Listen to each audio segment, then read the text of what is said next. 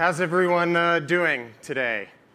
Can I see everybody? If you want to sit, you can, or you can stand. Either way is good. Thanks to everybody who's joined us today for our workshop. My name is Brad Bender. I'm a product management director with Google. I've actually been in the digital industry in display advertising since about 1997. So it's been kind of a fun ride, and I'm loving Internet Week. How's it been for you guys? Good? Did anybody go to a party last night? I'm just wondering, or was I the only one? Come on, raise a hand. Who was at a party last night? It's Internet Week. This is part of what you're supposed to do. So just so I get a sense of you, I'll tell you a little bit more about me. But so in the room, and by the way, this is a workshop, so I'm going to make this interactive. And please, let's make it interactive. So I'm just wondering who in the room is a publisher. Could I just get a raise of hands? Great. How about advertisers, agencies, vendor of any sort, other, related to me. Anyone? OK, great. Well, it's Internet Week, and a lot of people are coming in from all over the country. And a guy I know from the industry actually called me up the other day. Said, I'm coming to New York. How many of you are in New Yorkers? You guys live in New York. OK, so you'll understand this. He's coming to New York, and he's like, hey, Brad, I'd love to get your advice. Where can I find women 18 to 24? I was like, OK. A little weird getting a call at work. I got married last year. I haven't been out in a while. I don't know. Last time I was out, a good place to go is the meatpacking district. You'll find here. No, Brad, whoa. That's not what I meant. I meant online. Like where would you find them online? I was like, well, OK, well, Match.com or eHarmony is also good. I've heard. I actually met my wife through eHarmony, so I'm one of those guys that should be in the commercial. And he's like, no, Brad, yeah, you're still not getting me. I've got a new mobile application that I want to market to women aged 18 to 24. They should be tech savvy. I was like, oh, you mean something else entirely? My bad. Why don't you try doing some demographic targeting on a site like TechCrunch, specifically on articles where these women are looking at mobile devices or tablets, right? That's where you're going to find your tech-savvy audience. So it's interesting. It's actually a little bit of an epitome in terms of what I'm going to be talking about today, which is there's a lot of buzz right now in the industry about audience. We just heard you all talking about it. We've heard it all day, basically. But you have to be pretty specific about audience, right? In theory, my friend could have gone to the meatpacking district and had his application and walked around to people, I guess. But I think it's going to be much more effective for him to target to his demographic segment in the context of kind of tech-aware women. And so we're going to be talking a little bit more about that combination today and some best practices we at Google have found in this whole area. Before I do that, I just want to talk about kind of where we are as an industry overall. It is a really exciting time for display advertising. This industry has grown actually 19% year over year, and we expect it to become much, much bigger in the next 10 years. Matter of fact, Eric Schmidt's been quoted as saying that he thinks it's going to be about a $200 billion business. And estimates today are that it's roughly $24, $25 billion business. So that's a 10x increase. So you may ask yourself, what is really going to drive that? And I think you've heard some of the things today that are going to be fundamental to it. Number one, marketers have to be able to find their best audience. It is absolutely about reaching audience. And now with the exchanges coming online, real-time bidding, we're able to find those audiences in more and more effective ways. But I think the key here is that we have to not forget about where that audience is and what mindset that audience has. And this is this combination that we'll be talking about today. That's the first part, finding the best audience.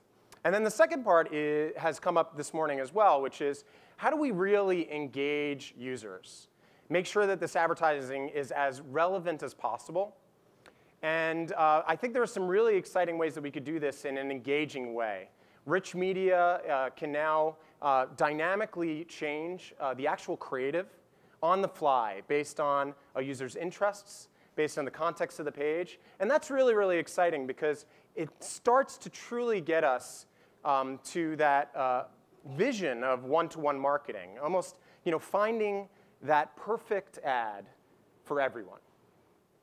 And we at Google actually have a thought about that I thought you guys would like to see. So here you go. Can you hear that?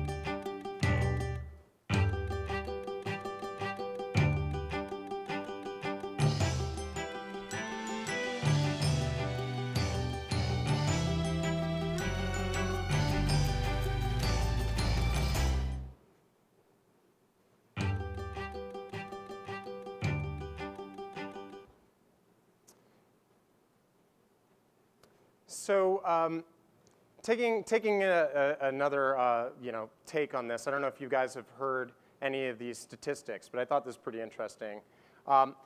Just by raise of hands, what percentage of advertisers and agencies, and those of you in the room who are advertising agencies, you're like cheating now, but that's okay. How many of you think 50% are currently using audience data? Just a raise of hands. How about 75%? 85%. Good. So 85% is the answer. It's kind of an amazing statistic. And I think this comes back to some of the things that we had talked about earlier. Real-time bidding and the exchange environments are truly becoming ubiquitous. I think the thing that doesn't get talked about a whole lot is what percentage of the media spend is being spent that way. It's still sub to 10%. It's coming up to 10%. But I do think that that's going to increase over time. But it's clear that people now have this audience data and they want to do something with it. And I think the most important thing is to think back a little bit to the evolution of the space and kind of how do we get here? How do we get to thinking that finding this perfect audience based on data that I had collected was the most important thing?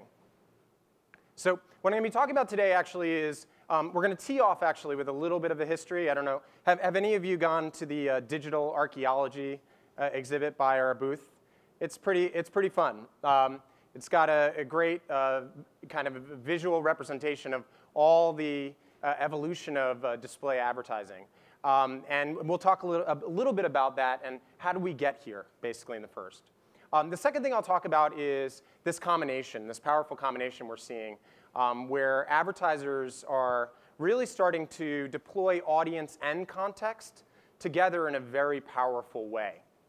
And what we're finding that's pretty interesting is that we're seeing success with advertisers doing this in both kind of the upper funnel, so more of those like brand goals, as well as in the lower funnel, so the more direct response goals. So we'll talk about those two things, and then we'll wrap all that together. So, thinking back, even 10 years ago, I think marketers in general always had this goal of, I've got an audience that I want to reach. And if you think about the way that we used to buy, it was using websites as a proxy for that audience, right? So you'd buy ESPN because you wanted to reach 18 to 34-year-old males. Now, for those of you women in the room that love sports, and love ESPN, you're saying, guess what? Some marketers are getting that pretty wrong, right? And so there's a lot of slippage in terms of, if your target is males 18 to 34 and you're just targeting ESPN, that may not be a perfect fit. And so we've had this evolution to audience buying. And audience buying really does mean a lot of different things. So let's get into some definitions, right? There's registration data on your site. This is where someone's told you something about themselves, maybe some demographic information, maybe even they've surfed to different sections on your site, so you have an understanding of what types of things on your site they're interested in, right? The second piece of audience data that's pretty interesting nowadays is broader kind of interest data. And this is where networks like Google's Display Network can see where users have been surfing around the web. And we can start to get some understanding about users, that they're interested in travel, or rather than sports, they're interested in tennis. And then there's a third type of data, which is kind of the third-party data, where some other party has collected data from a variety of sources, and you as an agency or a marketer are actually licensing that data and buying that data on one of these exchanges or even network environments. I think the thing that's happened, though, is this is really exciting, I mean, if you think about it, to a lot of marketers. This was the goal. I want to reach the right audience. And it definitely feels like we've answered the question. But I would suggest that we shouldn't ignore what was good about the website approach. And actually, I would take it a step further, which is really the context of a page. And I'll give it a good example there. So targeting a website like the Wall Street Journal is pretty good if you want to find certain demographics. But if you could start to really get down to the page level and see what people are actually reading about. If someone's reading about cars on the Wall Street Journal, that's very different than if someone is reading about cameras. And how can we take advantage of those contextual signals that are getting surfaced as well?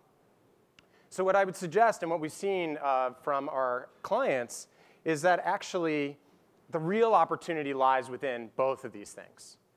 Let's understand our audience as well as we possibly can. Let's understand the context that they're actually in. And this really, when I was talking about the perfect ad for everyone, this starts to bridge us to reaching that right person at the right time. So when they're in the right frame of mind to actually purchase your product, right? I'd rather reach those women when they're surfing on TechCrunch, looking at mobile and tablet applications, than I would just finding them in the meatpacking district. Well, yes, I would rather find them on TechCrunch rather than in the meatpacking district. Yes, with me. OK. So how can we actually do this? How can we deploy this most effectively? And the way our approach at Google has actually been to use a very similar methodology to what we did with search. Really, what is search doing? When you go to google.com, we are exploring the web, the semantic web, finding out what pages are actually about based on the frequency of words on the page, even the size of fonts on the page. And we're able to say, this is not just a news site, but this is an article about something. What we can do is we can use that same technology, the scalable algorithmic approach, to determine, this is not just a tech site called Digital Review. This user is actually viewing a page about SLR cameras. And so the very straightforward thing that we can start to do is we can start to match advertisers with that context, right? So in this case, we'd match a digital SLR camera with that context about SLR cameras. You take it one step further, though. It's something that we're hearing from our clients as well as partners of ours. We're actually running a campaign right now. It's an evolution, actually, of the Watch This Space campaign some of you may have seen last year. And part of what we've been doing is going out and talking to agencies and partners. This is a great quote from David Karnstedt, who is the CEO of Efficient Frontier. And he was actually talking about display advertising. But he was basically saying, what we've learned from search is that relevancy matters. If we're able to match, and I'll walk you through a couple case studies that prove this out, But if you're able to actually create an ad unit that speaks to users, the right audience, in the right frame of mind, you start to get differential results. They engage with the ad more, they click more, they convert more, all those good things. So here's a great example, just an aggregate in terms of how this was done. So this is actually a website. It's a Belgian rail company, and they were expanding into the UK. And so what they started to do is they just started to target travel sites, basically. They were trying to drive people to come to their website. That was fairly effective. But what they actually started to realize is that they could have this insight of taking what they know about users as well as the context of pages to produce even more powerful results. What they decided to do was they decided to target people. I was talking a little bit before about the fact that we can understand people's browsing behavior. So they found people that had previously browsed on information about buses and rail, people that had previously browsed on like city adventures, city activities. And what they did is they layered that on top of their contextual buy. So it was still within travel, but they were able to actually reach people that had previously indicated that they might be interested in something other than a flight. And it was pretty phenomenal performance. They were able to double their site visits, and their conversion rate was increased by 10%. And this was done across millions of impressions. So phenomenally impactful for them. And this is just a great demonstration of how context and audience really can come together to produce superior results. So I'll leave you with learning number one. I think the big aha for us as we're starting to see clients play with targeting audience data is that you can take that alongside context and really produce some impactful results, as well as really getting to the promise of the internet in terms of that one-to-one marketing to users, which at the end of the day, for your brand is probably one of the most important things. And this goes back to the quote that we saw. Relevancy does matter, and it improves results, certainly. But I think, and we don't have studies that measure this, but I think that long-term, this starts to impact how people think about your brand. You're not spamming me. You're getting me at the right time when I'm thinking about these types of products, and I've already expressed that I'm interested in these types of things. OK, so let me get into some concrete things that I think you guys can leave this conference and start to do tomorrow. And I'll start with the top of funnel, and then I'll get into the lower funnel. So when we talk about the top of funnel, who here has brand goals or works with brand advertisers? We love brand advertisers. What are brand advertisers trying to do? What's that? I heard something. Reach? A whole new world? Reach a whole new world. Own the world. Own the world. Wow.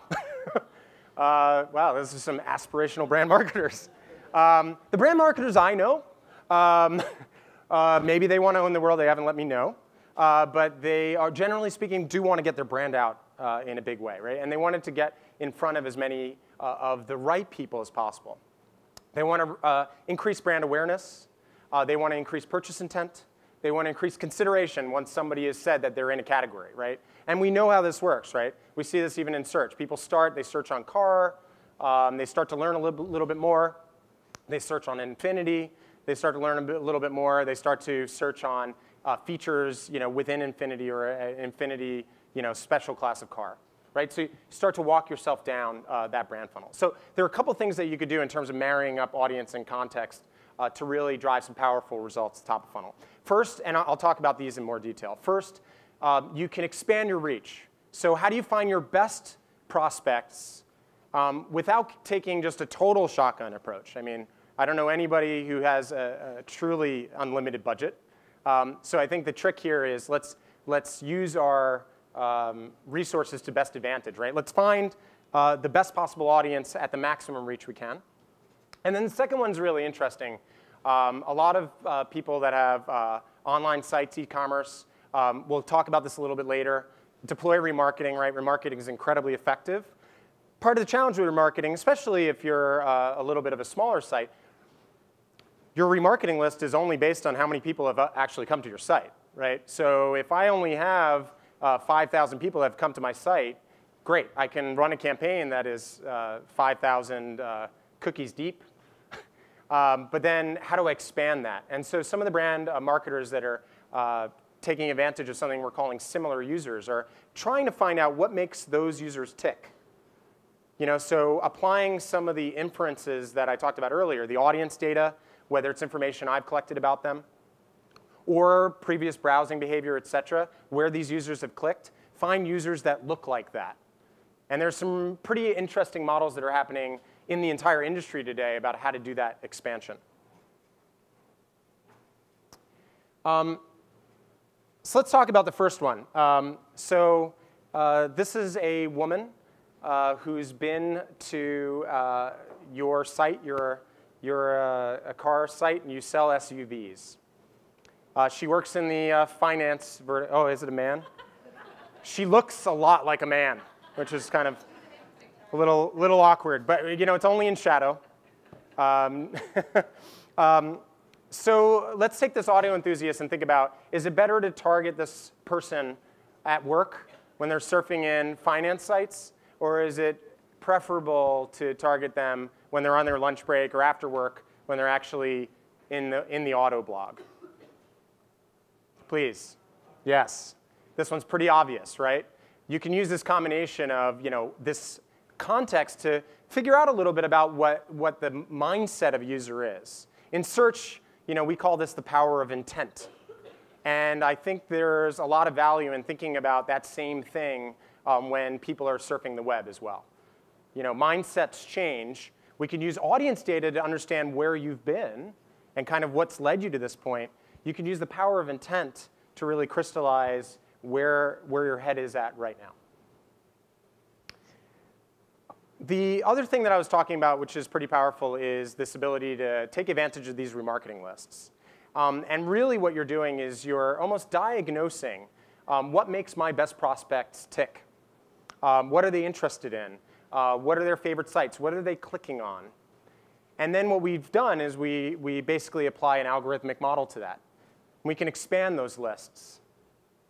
And so what you end up with is a much larger set of potential visitors who are sharing characteristics with your best customers. Does that make sense to everybody? There's some really interesting companies doing things in this space. In the social area, Media 6 Degrees doing some really great tribal extension. And the way that we approach it is by thinking about previously where have people surfed. So I'll give you actually a case study. There's a blind case study of a national client had exactly this scenario. They had a remarketing list. They were getting great conversions out of it. But their problem was, they can only target those users so many times. They really wanted to intelligently expand their universe of potential visitors. So what did they do? They did exactly what I was talking about. They used that remarketing list. They found out what made those users tick, and then they expanded that list. They drove a 26% increase in conversions while they were able to keep their CPA constant.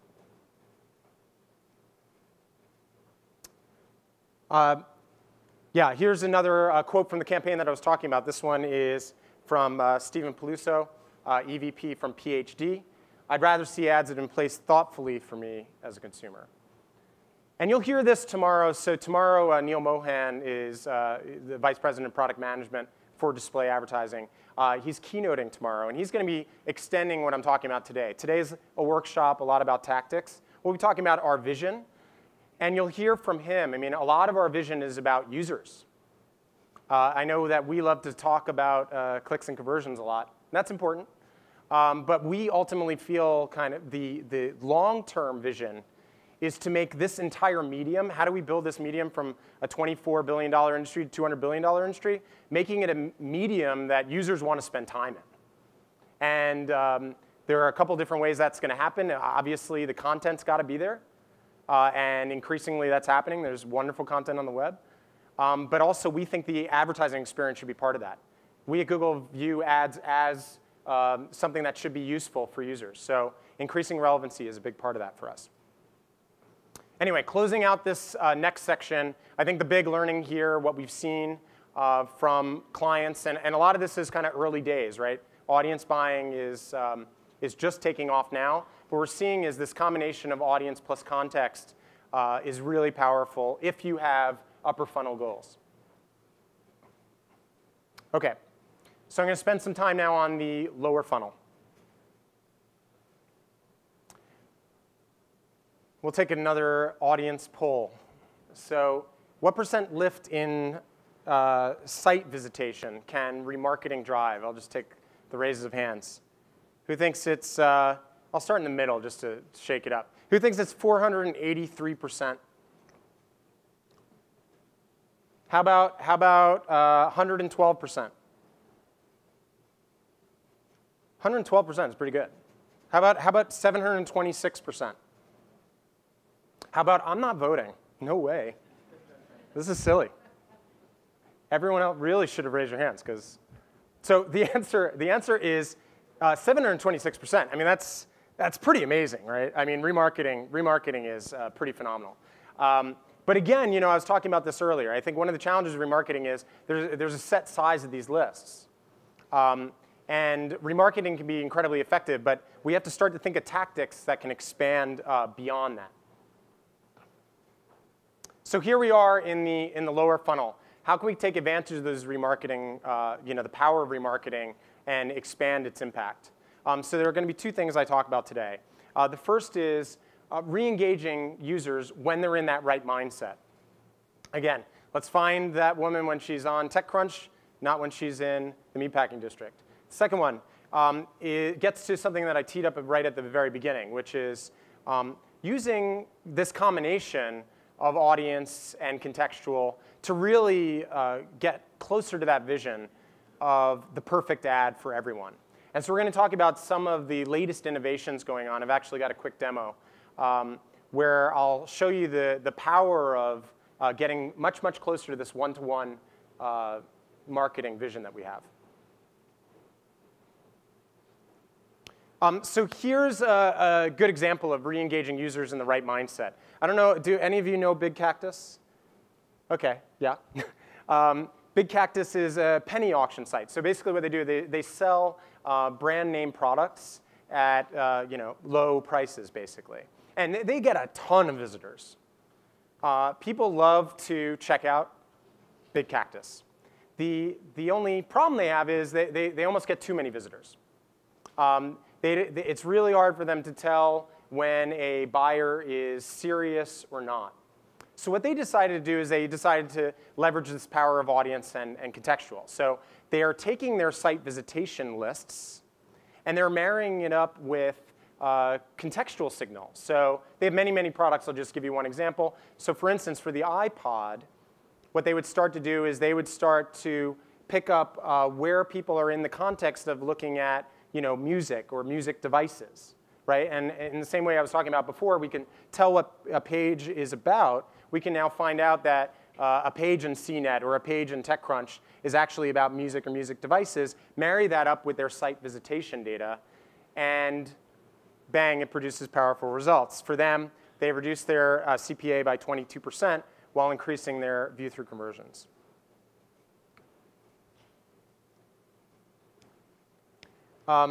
This is the other thing that I was talking about, which is really starting to move beyond the static banner into something that's a lot more engaging.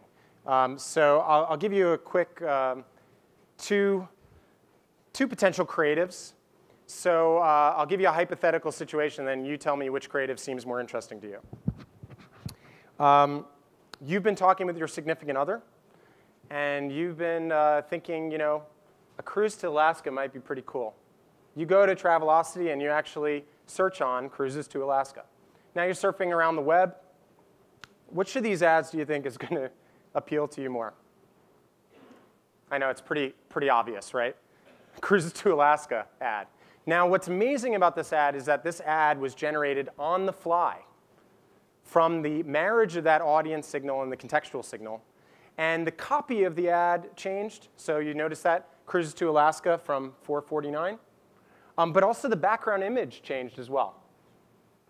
And this is a real case study. Click-through rate, when they applied this, and obviously Cruises to Alaska was just one of the many things that people could have been looking for on Travelocity. 600% increases in click-through rate. That's amazing. 200% increases in transaction volume. Their cost per transaction went down, and their earnings were up by over 100%. It's pretty amazing what you could do when you combine these things. I'm going to show you a quick demo of the power of this. So let's say, what time is it? OK, so it's 12. It's roughly noon. You're at a conference in New York. I'll give you another hypothetical. Fairly bored with the presenter. Need some coffee, right? Get up, you go to the back of the room, you get yourself a cup of coffee. Now, over the last couple of weeks, you've been actually surfing on car sites. You've been looking at SUVs. And it just so happens when you go to the back of the room, you check your Android device, and you get your browser out, and you go and you check out the latest sports scores, right? Now, what's interesting is we could take all of these signals together and create an ad on the fly. So this is actually what I'm going to show you here is a rich media environment where we're simulating exactly what would happen in this case. We're in the zip code for New York. Someone who's previously looked at trucks or SUVs. You're now on a sports site. And I'm just going to take the current information. What ad do we load? Oh, weather does look great in New York. Hey, get out and enjoy the afternoon. You're on a sports site. We're thinking that this copy, our 320 ponies, let you see the sites a little faster. Well, let's just say it was bad weather out today. What would happen? I could just simulate that. Oh, weather looks lousy. Our all-wheel drive laughs in the face of lousy. But let's say you were somewhere else. Let's say you were in San Francisco. And you had, instead of a sports site, you're on a site that has children's clothing on it. Refresh the ad. You can see the entire look and feel changes. Now, here, our dual sunroofs give the kids plenty to see. So you're really starting to talk to your audience. Now, it so happens that I guess the weather is just great everywhere. But we can look at another environment where someone's looked at a car or a sedan. Obviously, the image is going to change to reflect that as well. There we go. Our hybrid drive spends less time at the pump. You're now in a sedan. We think that might be interesting to you. You're from San Francisco. Let's say it's evening in Kansas. They're having good weather, too. So you can tell with all of this, with dynamic ads, we are absolutely not in Kansas anymore. And I'll leave you that one. It's just a really exciting time for getting closer and closer to this perfect ad for everyone. When you combine this contextual data and this audience signal, you really can get much, much closer to this concept of the perfect ad.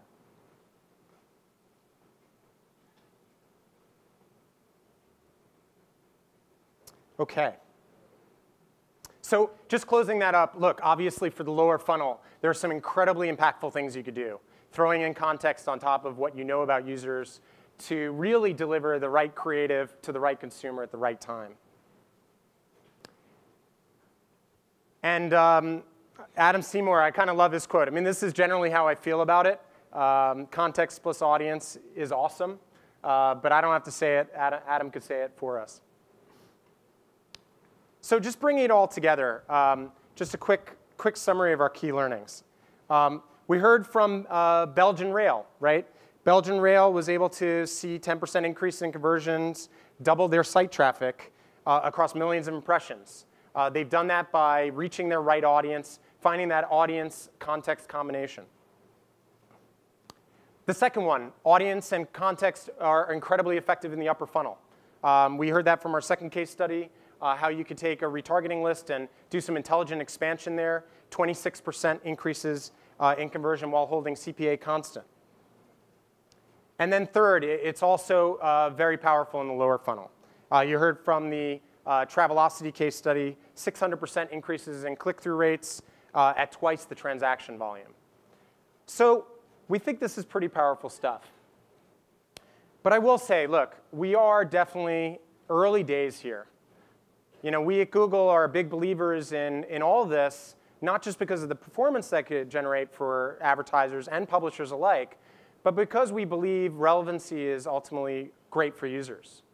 And you know, I'm personally really excited about what this holds for the future. But like I say, it's super early days here. And I definitely recommend you all come back tomorrow.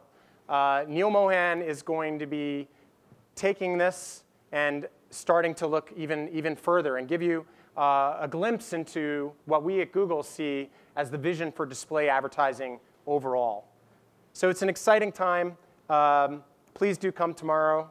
That's all the time I have, I think. So thank you very much.